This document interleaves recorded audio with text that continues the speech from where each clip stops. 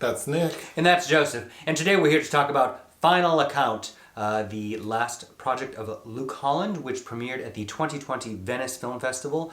He sadly passed away in June of 2020, several months before it premiered in September. All right. It's a documentary. Yes, it is. It's over a decade in the making as well. Tell us about it. Well, I found it interesting that you had expressed interest in watching this and then did not. Well, I had other things to do. Yes. Basically, it's the last, the final account, which is kind of a reference to the final solution. Luke Holland spent years interviewing basically the last surviving generation that experienced Hitler's Third Reich. Some of them are ex-SS members, others were just general working class people that lived through it.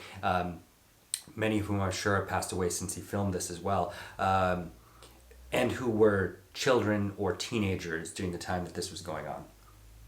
Okay. You watched a little bit of it, didn't you? No. So he's basically making visits all over the general areas. Dachau, Bergen-Belsen, Auschwitz, Ebensee, Austria was that was kind of new to me. There was a camp there where 9,000 people were worked to death. A lot of interesting snippets because this is all about addressing conformity, complicity, nationalism, and these people's views to explain what happened. Because the big thing about after World War II ended, when the Allies descended upon Germany, they couldn't find any Nazis.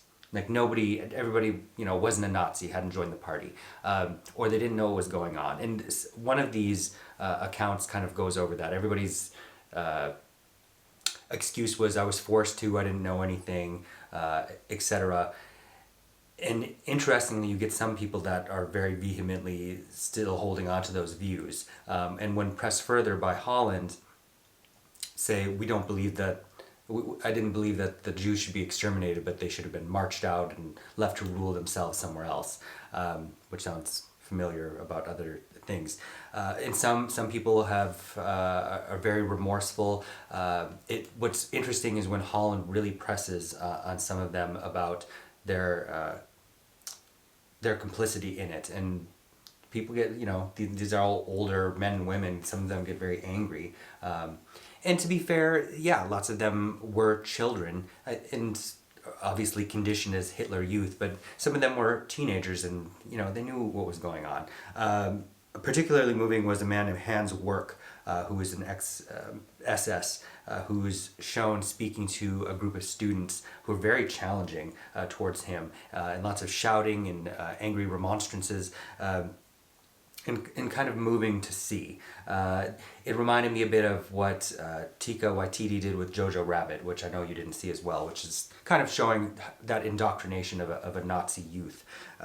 Also, Jonathan Glazer's upcoming project that's based on the Martin Amis novel The Zone of Interest, is also interested in this notion of the bystander, the people that did just stand by and let this happen.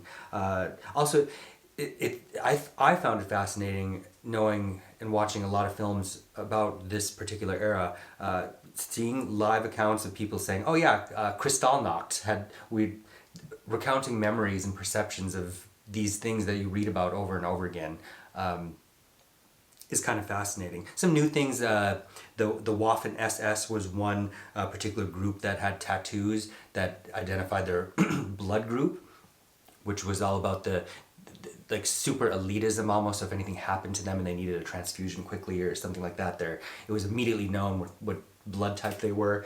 I don't know. It reminded me that I need to catch up on a lot of Claude Lanzmann's work, who directed the 9.5-hour Shoah, and I have a copy of that.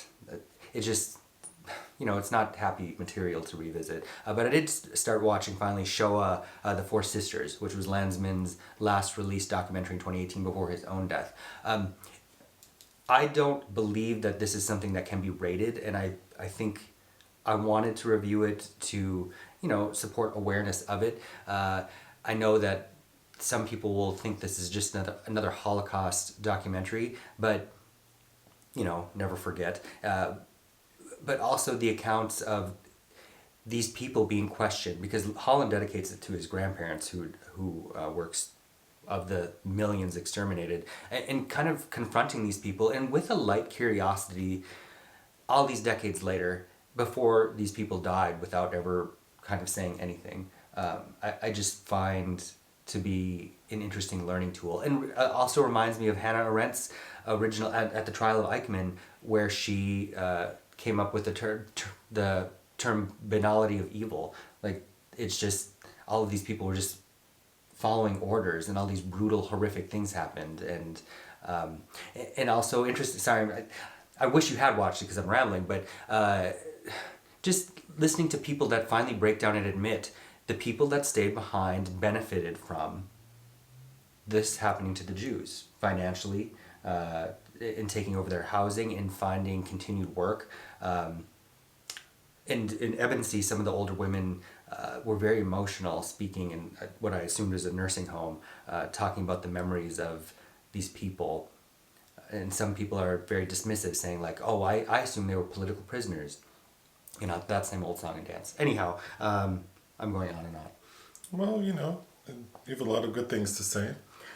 There's another man that talks about how there would be Jews hiding in various barns and places in the small town he's from, and they talked about how they would report them to the authorities. And Holland asked, like, "Do you know what happened to these prisoners?" Who, of course, would have been marched to the death camps, and just no, like, just not, didn't know, wasn't interested.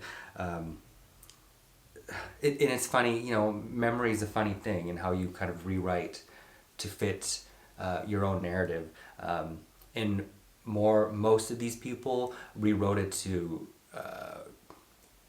that was more beneficial for themselves. Like, they're willing to talk about it, but there were very few that I thought seemed very remorseful, which was disappointing and also realistic. Mm-hmm. Anything else? No, that's it. All right. Well, this video will be for the people who say I talk too much. So that's one positive thing. Yeah, I mean, obviously this isn't fun viewing, but it's kind of austere. It's very calm and relaxed, and I found myself getting emotional at a couple points, but I think it's well worth the watch. All right. Anything else? No. Okay, bye. Bye.